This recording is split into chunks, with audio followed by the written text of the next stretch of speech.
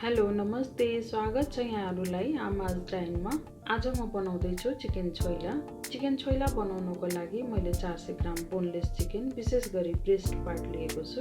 यसका साथै मैले लिएको छु एउटा सिङ्गै लसुन, सानो टुक्रा अदुवा, 4 वटा अकबरी खुर्सानी, 2 कल्ली हरियो लसुनको पत्ता, एउटा कागती, स्वाद अनुसार नुन, बेसार, मेथी, टिमुर र तोरीको तेल पनि लिएको छु। चिकनलाई सिल्भर फोइलमा राखेर मैले यसमा तोरीको तेल लगाउँदै छु। चिकन सिल्भर फोइलमा नटाँसियोस् र पाक्न पनि सजिलो होस् भन्नको लागि मैले यसो गरेको हो।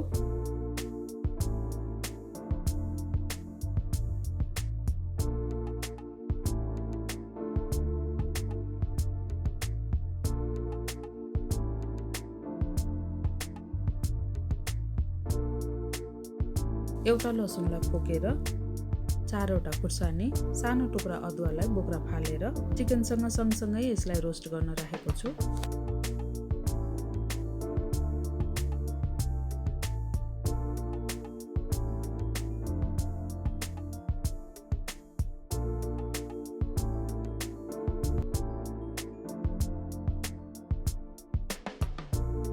अब यसलाई राम्रोसँग छोपिने गरी चारैतिरबाट बेरेर मैले पोल्नको लागि ग्यास माथि राखिदिएको छु।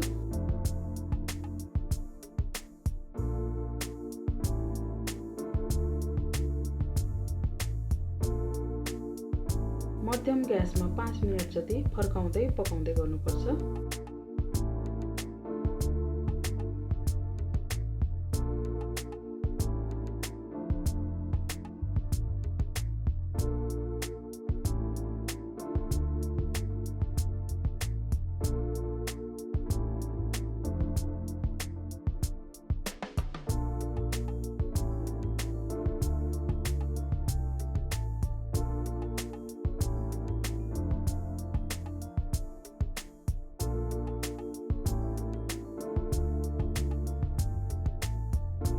अदुवा, लसुन, खुर्सानी पनि चिकनसँग सँगसँगै पाकेको छ।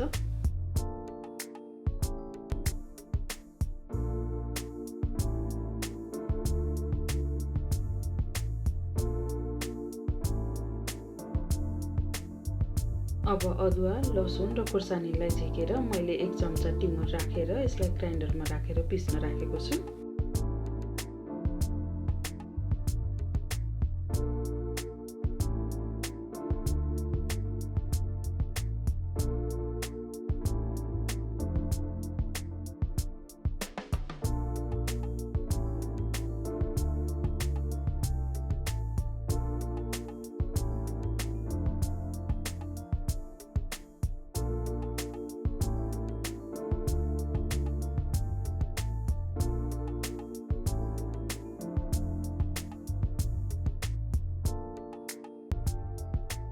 चिकनलाई पनि सानो सानो टुक्रामा काटेर मैले एउटा बलमा राखेँ।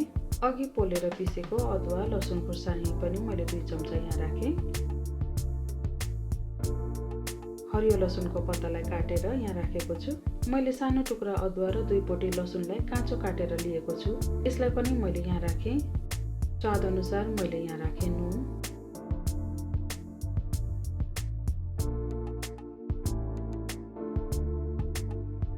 अब छोइलालाई झान्नको लागि मैले एउटा प्यानमा 4-5 चम्चा तोरीको तेल तताउन राखेँ।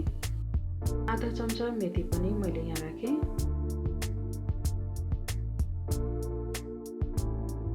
मेथी कालो भइसकेको छ। अब मैले आधा चम्चा बेसार राखेर ग्यासलाई बन्द गरिदिएको छु र तातो तेलले छोइलालाई झानिदिउँ। एउटा कागतीलाई पनि मैले यहाँ निचोरेर राखेको छु।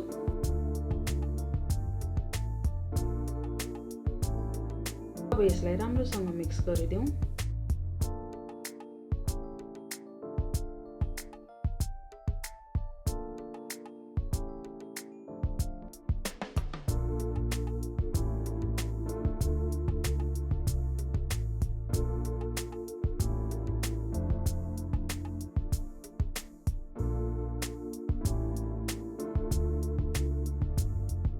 चिकन छोइला तयार भइसकेको छ।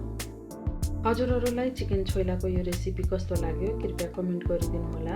भिडियोलाई लाइक, शेयर गरी च्यानललाई सब्स्क्राइब पनि गरिदिनु होला। हवस् त, धन्यवाद।